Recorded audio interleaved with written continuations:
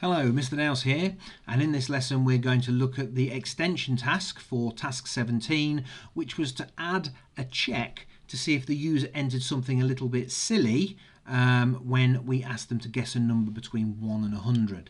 Well, obviously, if they're guessing a number less than 1 or greater than 100, they're not doing what we asked. So I need to check to see if they've done that. And a few people had a go at this and they put this at the bottom.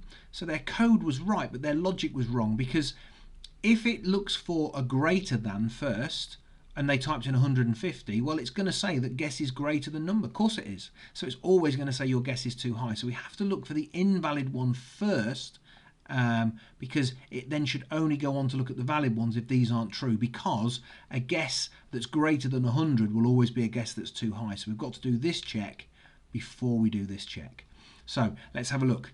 If guess is less than or equal to 0, or, so it could be this, or if guess is greater than 100, well, it's invalid. So print, I said between 1 and 100.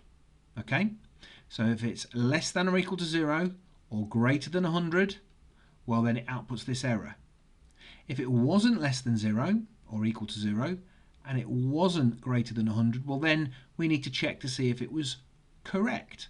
Does number, which is 23, equal my integer of the string input that's stored in guess? Well, if guess is equal to number, we print you are correct. We've seen this in task 17 already. Else if guess is greater than number, your guess was too high. Else your guess was too low.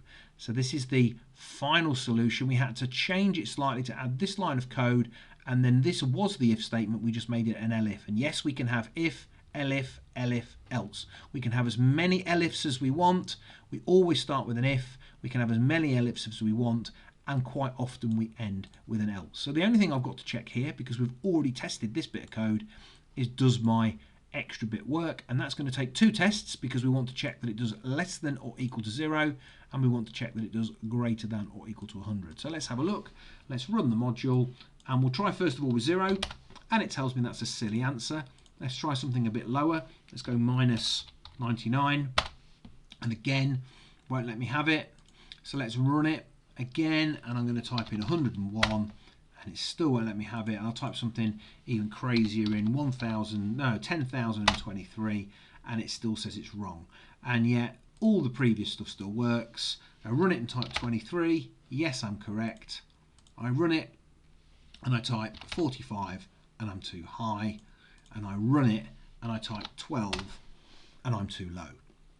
So that is task 17 extension done, where we've conjoined 2 if statements to form one statement to check for an invalid output.